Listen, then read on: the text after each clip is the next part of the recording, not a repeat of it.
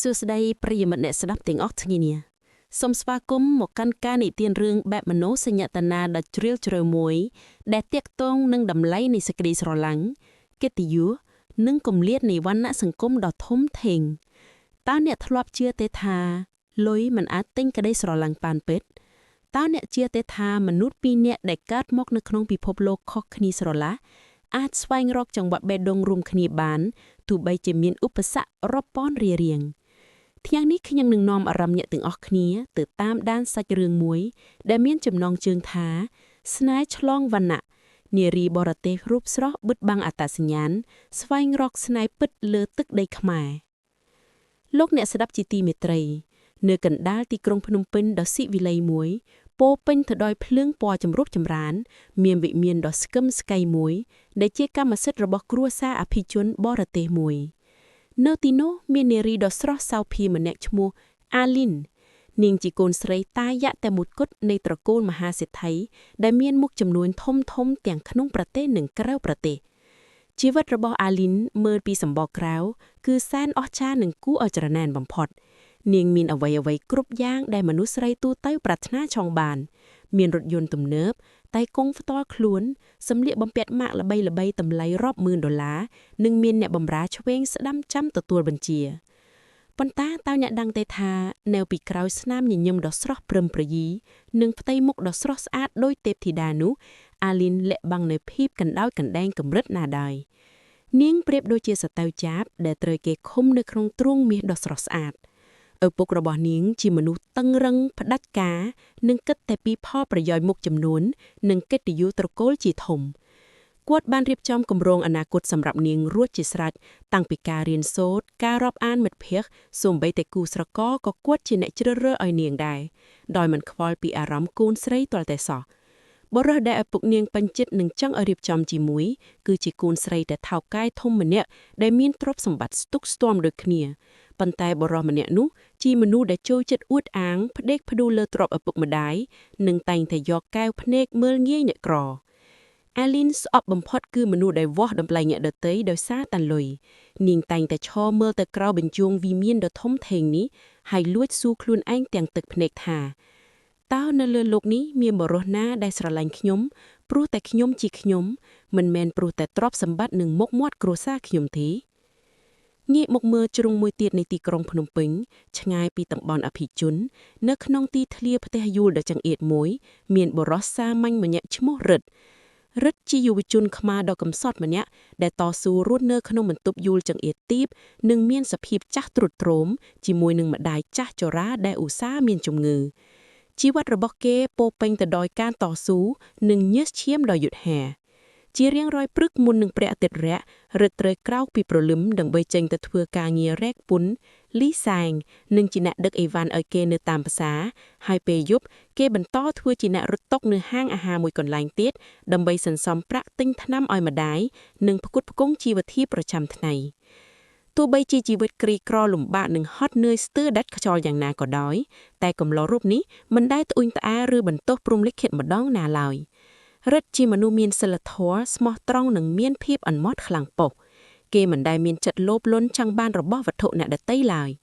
ស្នាមញញឹមរបស់គេទោះបីជាលាយឡំទៅដោយដំណក់ញើសនិងភាពហត់នឿយប៉ុន្តែវាជាស្នាមញញឹមដ៏បរិសុទ្ធនិងក៏ក្អែកបំផុតសម្រាប់អ្នកដែលនឹងជុំវិញខ្លួនមានយប់មួយនៅហាងអាហារដែលរិទ្ធធ្វើការរិទ្ធត្រូវបានភ្ញៀវញាក់មានម្នាក់ប្រមាថមើលងាយនិងចែកទឹកស្របៀចំកណ្ដាលមុខដោយសារតែគេដើរទង្គិចតិចតួចភ្ញៀវម្នាក់នោះបានស្រែកជេរប្រមាថថាគេគ្រាន់តែជាអ្នករត់តុក្រីក្រតែកំឡោះរូបនេះមិនបានតបតដោយហិង្សាឡើយគេបានត្រឹមតែញញឹមសោះក្រក្រោះជូតទឹកចេញពីមុខហើយតបទៅវិញដោយសម្ដីសុភាពរាបសារតែមានអត្ថន័យជ្រាវជ្រៅមួយថាខ្ញុំក្រមែនតែខ្ញុំប្រើកម្លាំងញើសឈាមខ្លួនឯងដើម្បីចិញ្ចឹមជីវិតខ្ញុំមិនដែលសុំទានអ្នកណាទេក៏មិនដែលយកកិត្តិយសទៅឌូនឹងលុយរបស់អ្នកណាដែរសូមទោសបងប្រុស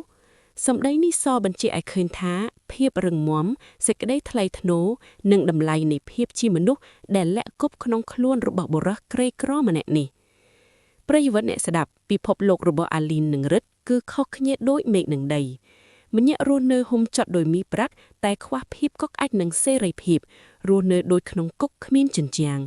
ចំណែកឯម្នាក់រស់នៅក្នុងភាពខ្វះខាតក្រពះឃ្លានតែមានបេះដូងទូលាយនិងសេចក្តីសុខផ្លូវចិត្តដែលលុយមិនអាចទិញបាន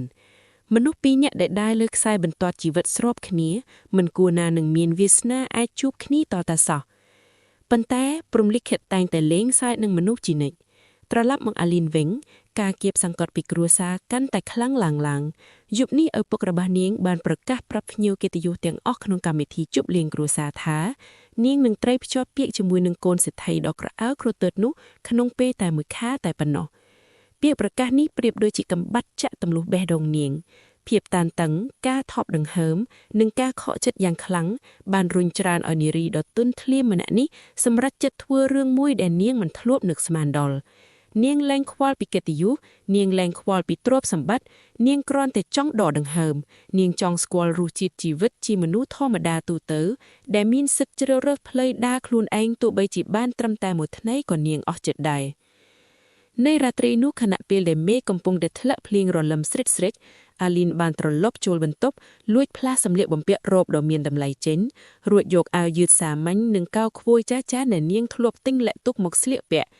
នាងបានដោះគ្រឿងអលង្ការខ្សែកពេជ្រនិងនាឡិកាមានតម្លៃទាំងអស់ទុកនៅលើតុ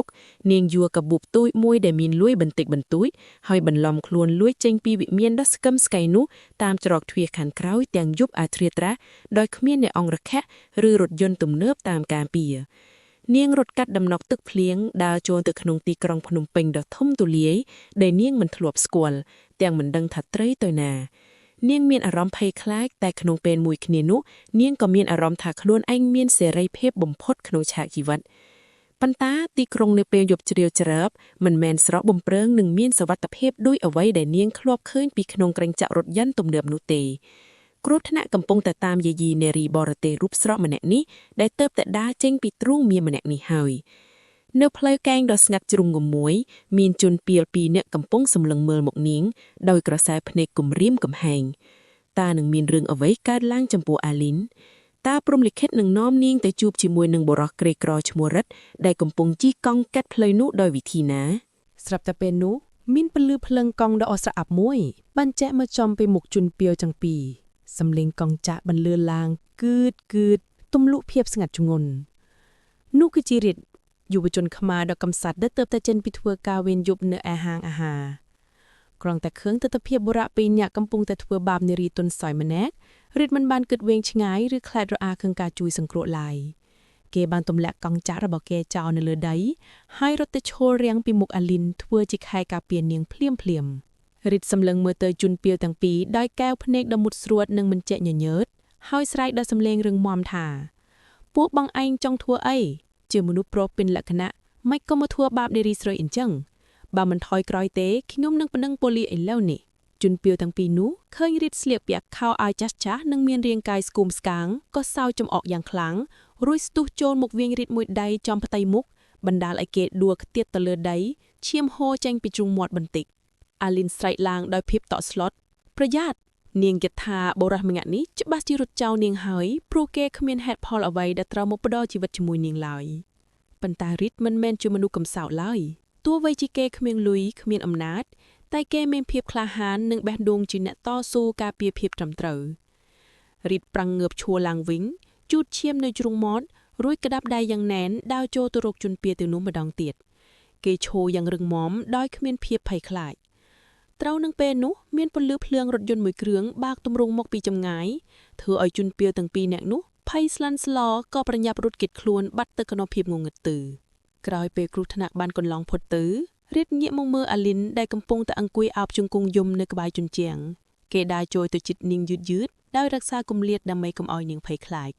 គេនិយាយដោយសំឡេងទន់ភ្លន់ថាអ្នកនាងមិនអីទេមែនទេពួកវាទៅបាត់អស់ហើយអាលីនងើបមុខឡើងសម្លឹងមើលទៅរិទ្ធក្រោមពន្លឺភ្លើងគោមតាមដងផ្លូវនាងមើលឃើញបុរសម្នាក់ដែលមានសភាពសើមជោគពេញខ្លួនផ្ទៃមុខមានស្មាមចាមនិងមានឈាមជាប់នៅជ្រុងមាត់បុរសម្នាក់នេះដឹងសម្បីតែឈ្មោះនាងទេមិនដឹងថានាងជានរណាតែគេហ៊ានយកទួនមករងគ្រោះដើម្បីនាងរិទ្ធឃើញអាលីនញ័រខ្លួនរងាគេក៏ប្រញាប់ដោះអាវភ្លៀងចាស់សឹបរបស់គេដែលទើបតែដេរនិមិត្តសញ្ញារួចយកមកដណ្ដើមលើស្មារបស់អាលីនដៃក្តីថ្នាក់ថ្នម យប់ជ្រៅហើយហាត់អ្វីក៏អ្នកនាងដើរនៅផ្លូវស្ងាត់ម្នាក់ឯងចុះផ្ទះអ្នកនាងនៅឯណាចាំខ្ញុំជូនទៅរីតសួរដោយក្តីបារម្ភសំណួរនេះធ្វើឲ្យអាលីនស្ទាក់ស្ទើរនាងមិនអាចប្រាប់គេថានាងជាកូនសេដ្ឋីហើយក៏មិនអាចត្រឡប់ទៅផ្ទះវិញបានដែរបើនាងប្រាប់ការពិតគេច្បាស់ជាបញ្ជូននាងទៅឲ្យឪពុកនាងវិញជាមិនខានក្នុងស្ថានភាពដ៏តានតឹងនេះអាលីនក៏សម្រេចចិត្តលាក់បាំងអត្តសញ្ញាណពិតរបស់នាងអោនមុខចុះរួចក៏ហក់ដល់សំឡេងខ្សៅៗថាខ្ញុំគ្មានកន្លែងទៅទេខ្ញុំទើបតែមុខពីខេត្តត្រូវគេបោកយកលុយអស់ហើយពេលនេះខ្ញុំមានសាច់ញាតិគ្មានទីពឹងនោះទេគ្រាន់តែឮពាក្យនេះភ្លាមរីតមានអារម្មណ៍អាណិតអាសូរយ៉ាងខ្លាំងគេធ្លាប់ឆ្លងកាត់ជីវិតលំបាកគេយល់ច្បាស់ពីអារម្មណ៍ដ៏អត់ឃ្លាននិងគ្មានទីជម្រកគេសម្លឹងមើលអាលីនដោយចិត្តបរិសុទ្ធរួចនិយាយដោយសំឡេងទន់ភ្លន់ថាបើអ្នកនាងមិនរត់អាងទេយប់នេះទៅសម្រាកនៅផ្ទះខ្ញុំសិនទៅផ្ទះខ្ញុំតូចចង្អៀតបន្តិចតែមានសុវត្ថិភាពខ្ញុំរស់នៅជាមួយម៉ែខ្ញុំទេកុំបារម្ភអីខ្ញុំមិនមែនជាមនុស្សអាក្រក់ឡើយអាលីនសម្លឹងមើលទៅកែវភ្នែកដ៏ស្មោះត្រង់របស់រីតនាងមានអារម្មណ៍កក់ក្ដៅនិងជឿជាក់លើបុរសម្នាក់នេះដោយមិនដឹងខ្លួននាងងក់ក្បាលយល់ព្រមប្រិយមិត្តអ្នកស្ដាប់យប់នោះអាលីនបានដើរតាមក្រោយកង់ចាស់របស់រីតចូលទៅក្នុងតំបន់សហគមន៍ក្រីក្រមួយដែលនាងមិនធ្លាប់ស្គាល់ទាល់តែសោះពេលទៅដល់បន្ទប់ជួលតូចមួយម្ដាយរបស់រីតបានភ្ញាក់ពីគេងពេលឃើញអាលីនសាមជោគពេញខ្លួនស្ត្រីចំណាស់រូបនោះមិនបានសួរដេញដោលអ្វីច្រើនឡើយគាត់ប្រញាប់រត់ទៅយកកន្សែងស្អាតមកជូតសាក់ឲ្យអាលីនហើយរៀបចំខោអាវចាស់តែស្អាតឲ្យនាងផ្លាស់ប្ដូរដោយក្តីមេត្តាប្រៀបដូចជាកូនប្រង្កាតក្មួយស្រីច្បាស់ជាជួបទុក្ខលំបាកហើយមិនអីទេមកដល់ទីនេះក្មួយមានសុវត្ថិភាពហើយសម្រាប់ឲ្យស្កប់ស្កល់ទៅណាកុំភ័យអីសម្ដីដ៏ទន់ភ្លន់របស់ម្ដាយរីតធ្វើឲ្យអាលីនទប់ទឹកភ្នែកលេងបាននាងយំដោយក្តីរំភើបតាំងពីតូចរហូតដល់ធំរស់នៅក្នុងផ្ទះវីឡាដ៏ធំទូលាយមានអ្នកបម្រើឆ្វេងស្ដាំតែនាងកម្រនឹងបានទទួលភាពកក់ក្ដៅនិងការយកចិត្តទុកដាក់ចេញពីបេះដូងពិតប្រាកដបែបនេះណាយប់នោះកូនសេដ្ឋីបរទេសរូបស្រស់ម្នាក់នេះបានគេងលក់យ៉ាងស្កប់ស្កល់និងមានសុភមង្គលបំផុតក្នុងផ្ទះខ្ទមដ៏តូចចង្អៀតមួយនេះប៉ុន្តែប្រិយមិត្តអ្នកស្ដាប់ពេលព្រះអាទិត្យរើសតើជីវិតថ្មីរបស់អាលីនក្នុងពិភពលោកអ្នកក្រីក្រនឹងទៅជាយ៉ាងណាតើអ្នកកុហករបស់នាងអាចលាក់បាំងបានយូរប៉ុណ្ណាស្របពេលតែមួយគ្នាគ្រួសារសេដ្ឋីរបស់នាងកំពុងតែបញ្ជូនអង្គរៈរាប់សិបនាក់តាមរកនាងគ្រប់ច្រកលោហែង